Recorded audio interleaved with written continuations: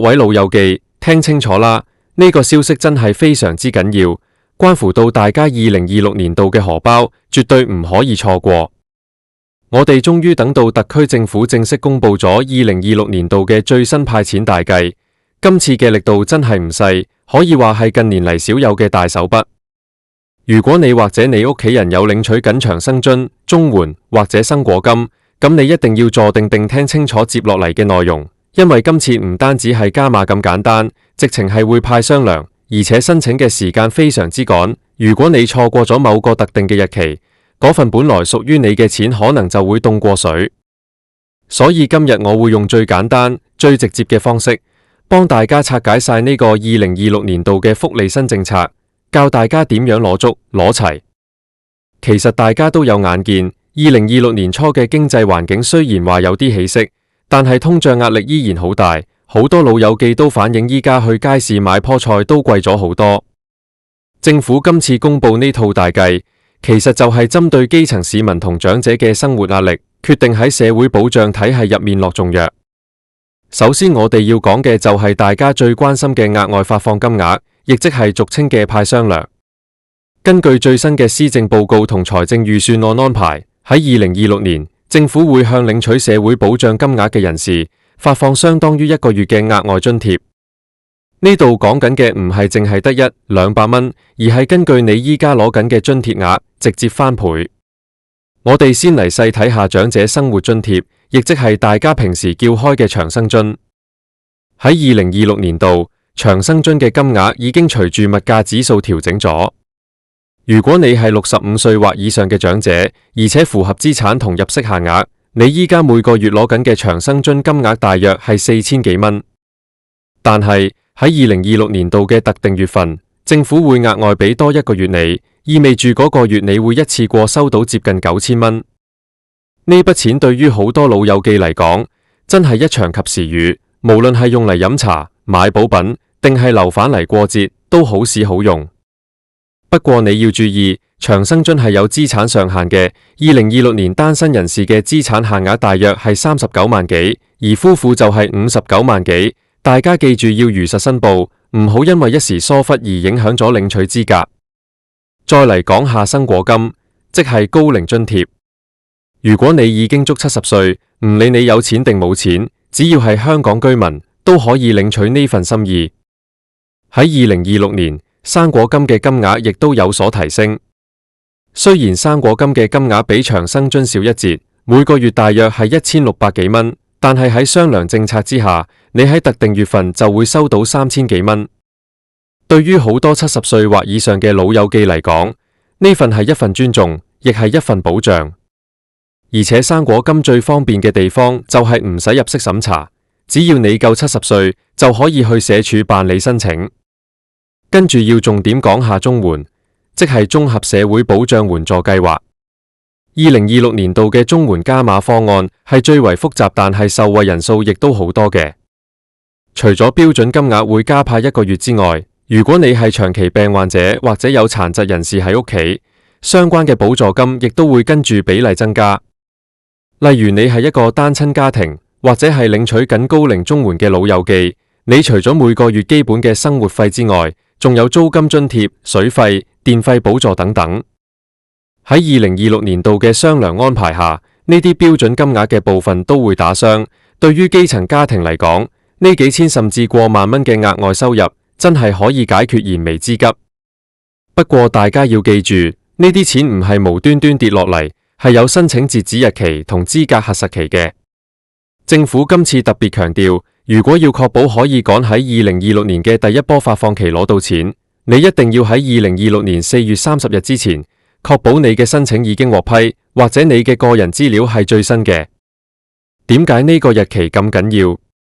因為社署需要時間去處理大量嘅數據更新。如果你喺呢個日期之後先至去報名，或者你嘅銀行戶口有問題，地址搬咗冇報，咁你份雙糧可能就要延遲到2026年嘅年底先至可以補領，甚至乎會因為跨咗年度而產生好多麻煩。好多老友記會問，我依家已經攞緊啦，使唔使再申請過？答案係，如果你嘅資料冇變，通常係唔使嘅。但係如果你喺2026年剛好滿65歲或者70歲，你就一定要主動出擊啦。例如你係2026年5月先足70歲，咁你就要趁早喺4月份就去諮詢社署，睇下點樣由長生津轉去生果金，或者點樣確保你符合領取雙糧嘅資格。記住，政府嘅政策係跟人走，你唔主動去問，有時啲福利真係會因為資訊差而錯失咗。仲有一點大家要留意，2026年度嘅加碼方案入面，仲包括咗殘疾津貼。無論係普通殘疾定係高額殘疾津貼，通通都有份攞雙糧。普通殘疾津貼喺2026年大約係2000蚊左右，雙糧之後就係4000，而高額殘疾津貼更加係有成4000幾蚊，加埋雙糧就過8、9000蚊。呢啲金額對於需要長期護理或者購買醫療物資嘅家庭嚟講，真係減輕咗好大負擔。講到呢度，我一定要提醒大家關於資產申報嘅陷阱。喺2026年，社署嘅抽查力度其實係加強咗嘅。好多人以為自己啲保險、金飾或者海外物業唔使報，其實依家資訊好發達，一旦被發現瞞報，唔單止要追返所有領取咗嘅津貼，仲可能會涉及刑事責任。所以大家喺領取呢份2026派錢大計嘅紅利之餘，一定要誠實申報。特別係如果你喺2026年初收到一筆遺產，或者你嘅股票投資戶口突然多咗錢，記住要喺限期前向社署申報，以免影響咗你領取雙糧嘅大好機會。另外，大家一定要留意個派發時間表。根據最新消息，呢筆雙糧最快會喺2026年的5月中旬開始分批存入大家嘅戶口。如果你到咗6月仲未收到，咁你就要快啲去所屬地區嘅社會保障辦事處問清楚啦。有好多老友記因為換咗銀行卡，或者個戶口太耐冇用變咗死戶口，結果政府想入錢都入唔到。所以依家趁仲有時間，快啲去銀行打下本存摺，確保個戶口係活動緊嘅。除咗現金津貼，2026年度嘅福利包其實仲有啲隱藏嘢，例如政府會為領取綜援同長生津嘅人士提供額外嘅醫療券加碼。雖然呢個唔係直接派現金落你戶口，但係變相係幫你慳咗睇醫生嘅錢。喺2026年，醫療券嘅累積上限亦都有所放寬，老友記可以用呢啲券去睇牙醫、做體檢。所以我話2026年真係一個福利大年，大家一定要做足功課。講返個申請限期，2026年4月30日呢個日子，大家一定要寫喺月曆上面，或者叫啲仔女幫你記住。如果你係新移民，或者係啱啱回流香港嘅長者，你要符合居住年期嘅要求。喺2026年，關於居住7年同埋離港限期嘅規定依然係存在嘅，不過政府喺2026年亦都有放寬咗少少關於廣東計劃同福建計劃嘅離港限制，令到喺內地養老嘅香港老友記都可以同樣享有呢份雙糧。呢個係非常人性化嘅做法，因為2026年度嘅大灣區融合政策，令到更多人選擇返鄉下居住，政府亦都與時並進，確保福利可以過河。大家可能仲會擔心一個問題，如果我2026年啱啱退休，冇咗入息，但係資產又好似超咗少少標，咁點算？其實長生津嘅資產限額入面係唔計你自住嗰層樓嘅，只要你係自住，無論層樓值1000萬定2000萬，都唔會影響你領取津貼。2026年度嘅政策依然保障緊呢啲有樓窮佬，所以如果你手頭上現金唔多，但有一層舊樓，你絕對應該去申請長生津。喺2026年，政府仲推出咗逆按揭優化方案，配合埋長生津嘅雙糧，老友記嘅生活品質真係可以提升好多。我想再強調一下2026派錢大計入面嘅綜援部分，好多人對綜援有偏見，覺得攞綜援好似好醜怪咁，其實唔係，綜援係一個社會安全網。喺2026年，社會競爭咁激烈，如果生活真係遇到困難，呢個計劃係大家嘅後盾。2026年度嘅綜援金額調整，已經考慮咗租金上升嘅因素，所以租金津貼嘅上限亦都調高咗。如果你係租緊劏房或者私人樓嘅基層市民，一定要睇下自己攞足咗未。對於2026年嘅殘疾人士福利，除咗頭先講嘅津貼，政府仲撥款加強咗康復服務嘅交通補助。喺2026年，殘疾人士搭車2蚊優惠依然維持，而且加派嘅1個月津貼，亦都包括咗呢啲交通相關嘅補助成分。所以大家喺計數嘅時候，唔好計漏咗呢啲細微位。總括嚟講，2026年嘅政府派錢方案係有增無減。無論係長生津、綜援定係生果金，只要你符合資格，喺2026年4月30日前辦妥手續，你就有極大機會喺5月或者6月收到嗰份令人開心嘅雙糧。呢度我仲想提多一點，就係防騙。2026年騙徒手法層出不窮，好多人會打電話嚟話幫你申請雙糧，然後要你提供身份證號碼同銀行密碼。大家記住，政府係唔會打電話要求你提供密碼嘅，所有嘅津貼都會直接入落你原本報備過嘅戶口。如果你收到懷疑電話，一定要第一時間掛斷，或者去問下社工。我哋再嚟複述一次重點。2026年長生津、綜援、生果金全部加派1個月。長生津嘅資產限額係單身39萬幾，夫婦59萬幾。生果金要足70歲，所有申請或者資料更新最遲要喺2026年4月30日前搞掂。如果你係幫緊屋企老人家處理，記得幫佢哋檢查清楚本存摺。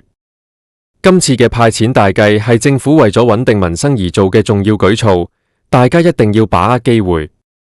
喺2026年呢個變幻莫測嘅年代，手頭多啲現金始終係最安心嘅。政府呢次派錢雖然唔可以話發大財，但對於改善日常伙食、應付醫療支出，真係非常有幫助。如果你身邊仲有朋友唔知呢個消息，或者仲以為要等到年底先有得派，一定要將呢個資訊話俾佢哋聽。特別係嗰啲平時少睇新聞、少上網嘅老友記，佢哋最容易因為資訊滯後而錯失申請良機。大家亦都要留意，2026年嘅財政預算案入面，除咗呢啲社會保障津貼，其實仲有啲關於電費補貼同差餉減免嘅措施。雖然呢啲唔係直接派現金到你手，但係會直接喺你嘅電費單同差餉單入面扣。喺2026年，每一戶合資格嘅住宅單位仲可以享有額外嘅電費補貼額。加埋呢啲雜項，一個基層家庭喺2026年其實可以慳返唔少錢，變相多咗幾千蚊流動資金。我想再深入少少講下2026年長者生活津貼長生津嘅細節。自從前幾年政府將高額同普通長生津合併之後，手續其實已經簡化咗好多。2026年度嘅金額已經提升到接近4200蚊1個月。如果你符合資格，每個月4200，一年就係5萬幾蚊。依家加派1個月雙糧，即係額外多咗4200蚊。對於一對老夫婦嚟講，2個人加埋就係多咗8400蚊。呢筆錢可以換部新雪櫃，或者裝修下個浴室加個扶手，增加家居安全。對於綜援受助人，2026年度嘅安排入面有一點好特別，就係就業獎勵計劃嘅優化。政府想鼓勵一啲有工作能力嘅綜援受助人去返工，所以喺2026年，如果你有工作入息，你被扣減綜援額嘅計算方法會變得更加寬鬆。加上今次嘅派錢大計，你有公開之餘，仲有一份額外嘅雙糧落袋，生活質素真係可以得到實質嘅改善。最後，大家一定要保持冷靜，唔好因為聽到派錢就亂咗陣腳。如果你對自己嘅資格有懷疑，最穩陣嘅方法係親自去一趟社會保障辦事處，或者打社署嘅熱線電話。2026年初，社署通常會好忙，所以建議大家盡早處理，唔好等到底4月尾先至去排隊。2026年對於我哋香港人嚟講，係充滿挑戰，但亦都充滿希望嘅一年。政府肯喺呢個時候攞咁多錢出嚟支援基層，反映咗對老友記同弱勢社群嘅重視。大家記得要將呢個2026派錢大計記喺腦入面，攞足屬於自己嘅福利。只要大家互相提醒、互相關心，我哋一定可以過一個更加安穩嘅2026年。講咗咁耐，我最希望嘅就係每一位老友記都能夠喺2026年5、6月嘅時候，開開心心咁去銀行打本，見到嗰筆額外嘅津貼已經到賬。記住啦，手快有手慢冇，2026年4月30日呢個限期係你攞錢嘅關鍵。如果你仲有邊部分聽唔明，可以返去轉頭再聽多次，或者去揾區議員、社工幫手。2026年嘅福利，大家一定要爭取到底。順帶提一提，除咗呢3項大福利，2026年度嘅長者卡八達通樂悠卡亦都有更多嘅商戶優惠配合政府嘅派錢計劃。好多餐廳、超級市場都會喺政府派雙糧嗰段時間推出一啲專為長者而設嘅折扣。如果你攞咗嗰4000幾蚊雙糧，再去呢啲有折扣嘅地方消費，嗰筆錢就更加見使啦。2026年嘅消費市場會因為呢波派錢而帶動起嚟，大家記得精打細算。關於2026年度嘅資產限額，我再詳細講多少少。除咗頭先講嘅現金、股票、保險，如果你有收藏一啲金幣或者係價值不菲嘅藝術品，按道理都係要計入資產嘅。但係大家平時戴緊嘅結婚戒指或者屋企用緊嘅普通家具，呢啲就唔使計落去。政府喺2026年嘅審查雖然嚴咗，但亦都好講人情味，主要係針對嗰啲大額瞞報嘅個案，所以大家只要坦誠報供，通常都冇問題。如果你係住喺公屋嘅老友記，2026年度亦都有機會享有免租1個月或者減租嘅優惠，呢個通常係同財政預算案一齊公布嘅，加埋長生津嘅雙糧，2026年你嘅儲蓄可能會多咗一截。我建議大家可以趁呢個機會，為自己安排一啲健康檢查。2026年度嘅私營醫療收費亦都有所調整，有咗呢筆錢，去診所做個全身體檢，或者去配副更好嘅眼鏡，都係對自己最好嘅投資。另外，大家要注意，2026年度嘅生果金領取者，如果你係打算長居內地，記得要每年喺香港住滿最少60日，先至可以繼續領取。不過好似我頭先所講，2026年嘅政策對於廣東計劃有好多豁免，所以如果你係長居廣東省，只要你辦妥咗相關手續，就唔使特登返嚟香港住嗰60日，都可以攞到雙糧。呢點對於身處內地嘅老友記嚟講，真係一個好大嘅喜訊。總括而言，2026派錢大計係一個全方位嘅福利提升，從長生津嘅加碼，到綜援嘅雙糧，再到生果金同殘疾津貼嘅額外發放，每一項都係實實在在嘅金錢資助。大家一定要記住2026年4月30日呢個申請大限，唔好讓自己嘅權益白白流失。